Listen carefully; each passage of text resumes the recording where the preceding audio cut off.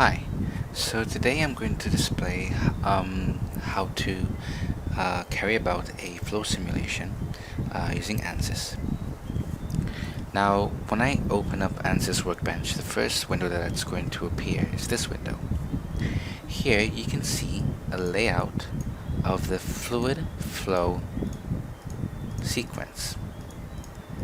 To start a new fluid simulation, we simply click on fluent, and we drag it into a new box. After that, we are given the option to rename our file, and then we can start recreating our geometry. Now, I was able to import the geometry from SolidWorks. However, due to the free license, I was not able to actually use the imported drawing. So now I will create a new one. Okay, so using our geometry that was already made using SolidWorks right here, the right geometry, sorry, we were able to make a rough fabrication in ANSYS. Now we are assuming that the mitral regurgitation goes through a valve of approximately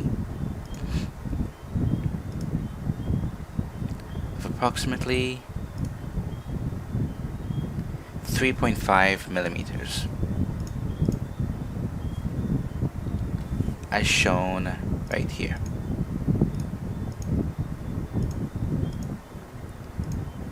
So this is to simulate how influential the walls are, as well as the valves, how influential the Coanda effect is against the fluid. So the next thing we do is we make our sketch a surface. So we click on our sketch, apply, click on generate. After that, we then want to do something called face split. Now face split, when it comes to meshing, it'll allow us to be able to mesh our geometry, our segments, with a fluid where we want to observe the fluid a bit more accurately. So for instance, to activate face split, we first have to draw a line. So I will draw one line here. Go into modeling, tools, face split, select the geometry, click on apply, select the tool geometry, and click on the endpoints of the line that we want to separate the surface. Click on apply, click on generate. After that's done, you'll notice that the two surfaces have been separated. Now I'm going to do this 3 more times, so that when we come to meshing, we'll be able to mesh this area here slightly more accurately. So I'm going to do the same line thing all over again. Now that's done, and that concludes the geometry. So to close, we just click on this one here, and the next thing that we'll be doing is our meshing.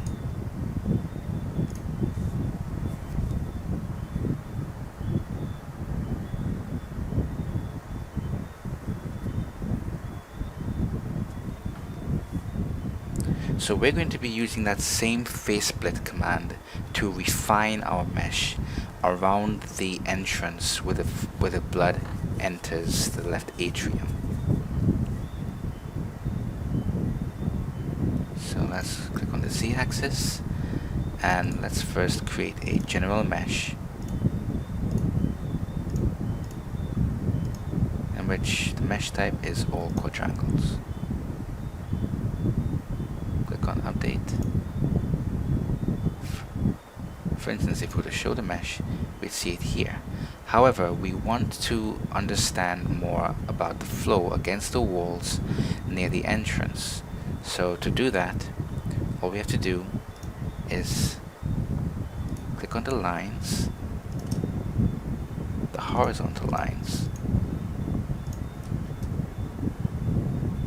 click on Insert, Sizing, Number of Divisions, and we're going to make the number of divisions 30. Now, the number of divisions signify the number of segments on each horizontal line, how many times each line is divided, basically.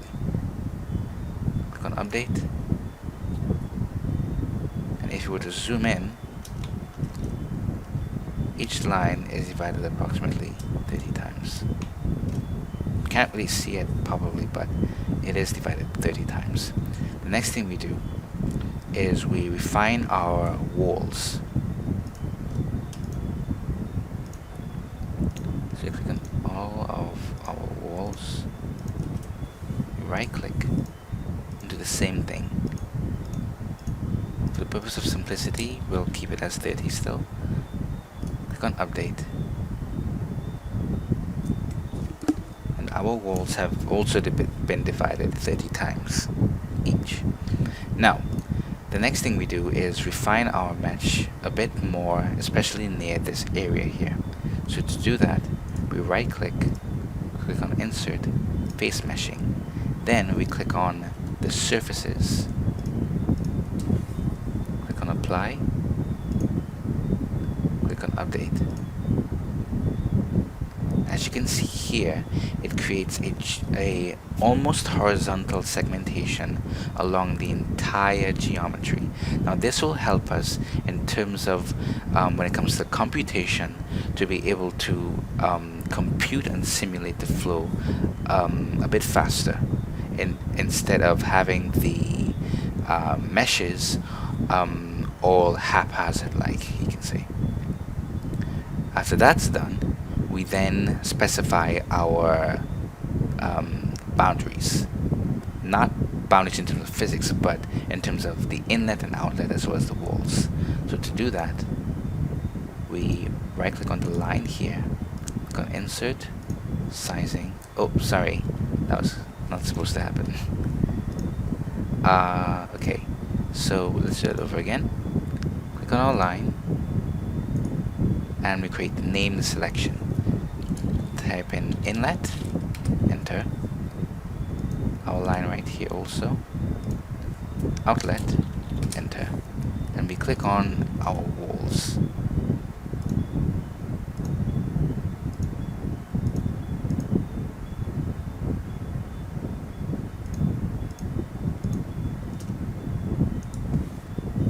Name selection, walls. Now I'm just going to check over to make sure. Now as you can see, I missed out 2 lines here, so I'm just going to fill them in when it came to the sizing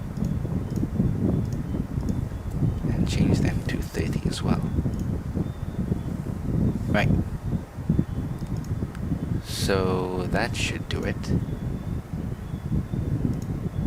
So these here, these here. So the sizings for the horizontal lines have been remeshed, refined. The sizings for the walls have also been refined. The face meshing to help with the computation has been refined, as well as the name selections have been assigned: inlet, outlet, and the walls. All of them. Now this is going to help us when it comes to setting our boundary conditions later on. And that is exactly what we're going to do right now. So we close our meshing.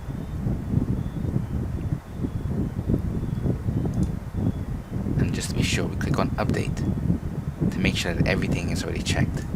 Then we go into Setup. Now we can select our processors. Since I have 8 processors, I'm going to click on 8 and 1 GPU. So I'm going to click on OK. That will help in terms of computation time.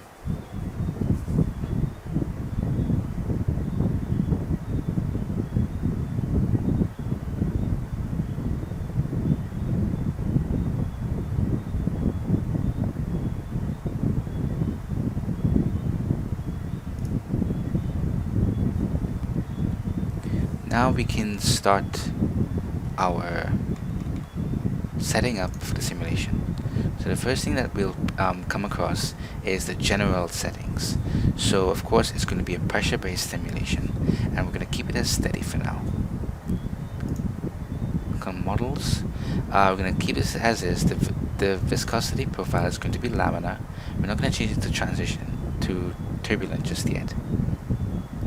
The materials, we're going to change the fluid material to, we're going to name it as blood. I'm going to change the density to 160, which is the density, 1060, which is the density of blood. And we're going to use the Caro model to simulate the change in shear rate from the center to the walls. Now, using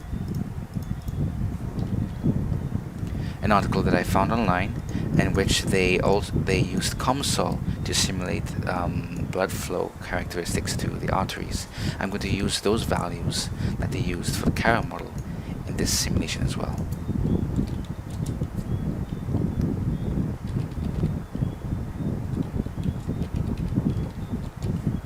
Okay, yes. And it has changed the fluid from air to blood with the properties that we have input. Close. And we're going to keep the walls as aluminum, as that doesn't actually matter. Now we're going to set our boundary conditions. So for the inlet, we're going to use a pressure inlet, and based on some already acquired articles, we know that the inlet near the left atrium is around 100 mmHg, which translates to approximately 13,332 pascals. And for the outlet, we're going to set the outlet as 60 mmHg, which is approximately 8,000. Now, ideally, we should set it to 0 so that it can follow the Navier-Stokes mass continuity equation. But since there's a pressure gradient due to the blood coming in at a slightly later time from the pulmonary vein, we're going to enter a pressure gradient near the outlet of the atrium. After that, we click on monitors, and we're going to create a monitor for drag. Click on OK. Then we're going to select solution initialization. Click on standard initialization, and we're going to compute from the inlet. Now notice that our gauge pressure is already preset here, and we're going to click on initialize. We're going to go back to reference values, and we're going to compute from the inlet. And the reference zone is the entire solid surface body.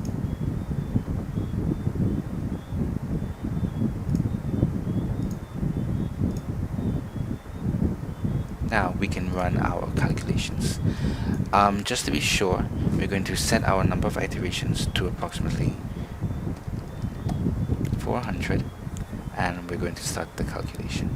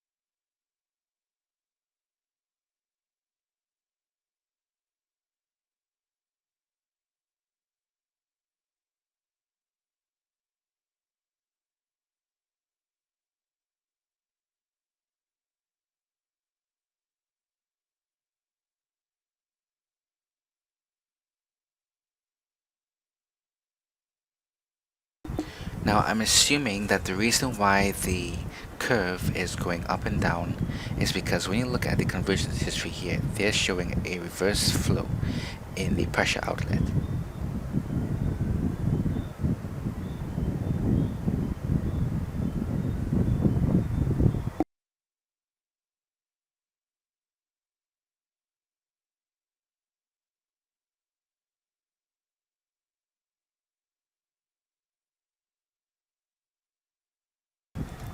So we're going to do that over again because apparently I think I had a run out of memory, and as a result my simulation, my program had frozen. So I'm going to close off some unwanted programs,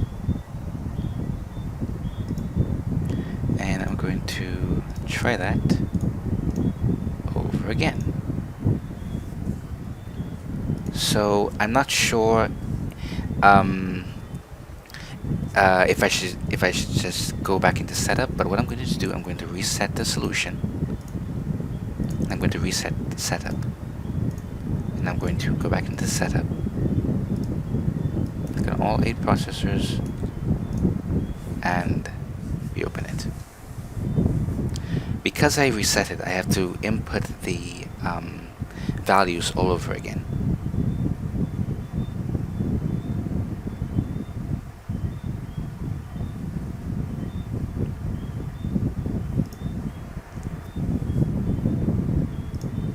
One thing to take in mind is that the program is very intensive, so I'm hoping that it will be able to carry out the simulation successfully this time.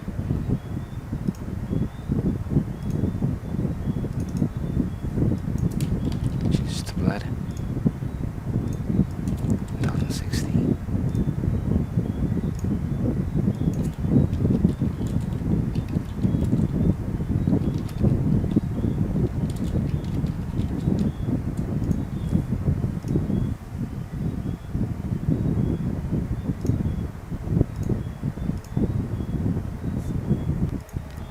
Okay, so the simulation has finally finished.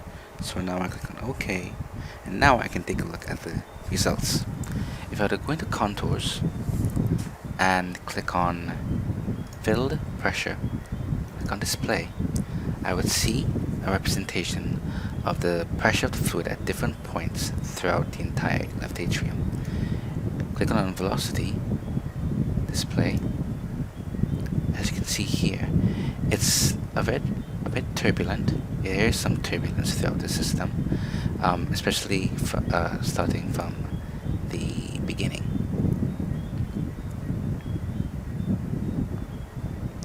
Now, to have a better idea as to how the flow actually operates, we can close this,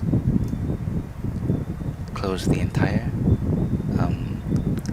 interface.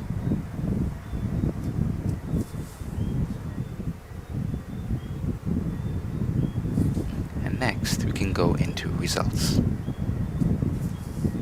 This is the post-processing phase, in which we can look at our fluid mechanics through a streamline view, a contour view, etc., a bit more carefully.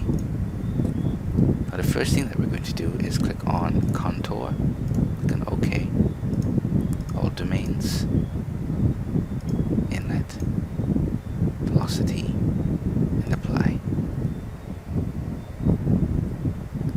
The second thing we do, one second, apply. Right, so we can see our velocity values right here.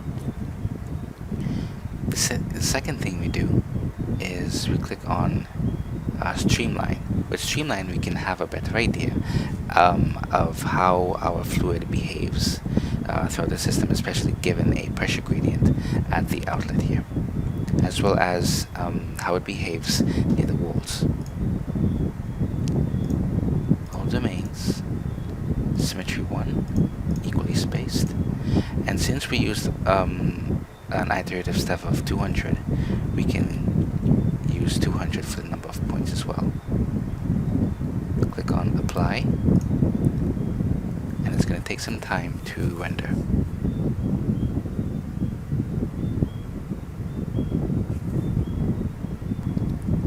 Okay, so the rendering is finished, and here you have a combined view of both the contour and streamlined. Now if you were to deselect the contour, we can have a better idea as to how the flow behaves. So as you can see, near the walls there are vortices that develop, especially near here as well as here. I'm not sure if we can use this as an indication of the Coanda effect, but the vortices are actually very dominant near the walls, which would in its own right disturb the flow. We can see a very large circular view here, a circular flow pattern here, and I'm not sure about its significance. I think it's developed because there is a pressure gradient at the outlet which disturbs the inlet pressure as it comes into the system, hence the large vortex in the almost center of the left atrium. Now, the next thing we can do is we can go into animation, start the animation, and tell it to loop continuously. I would see this flow characteristic here. Now I think the reason why we're not seeing any flow, any animated particles near the walls, is because I'm assuming that those remain constant and these are a bit more random.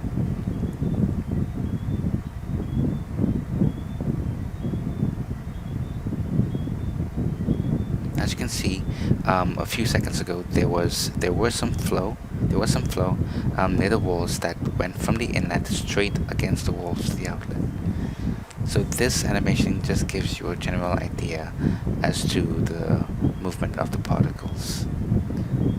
So again, I think the reason why there's a large vortex here is because of the pressure gradient at the outlet, which causes some kind of turbulent or vortex flow in the center of the left atrium. So if we just stop it, and that concludes the simulation for blood flow during mitral regurgitation through the left atrium. I hope the simulation comprehension was comprehensive, and I look forward to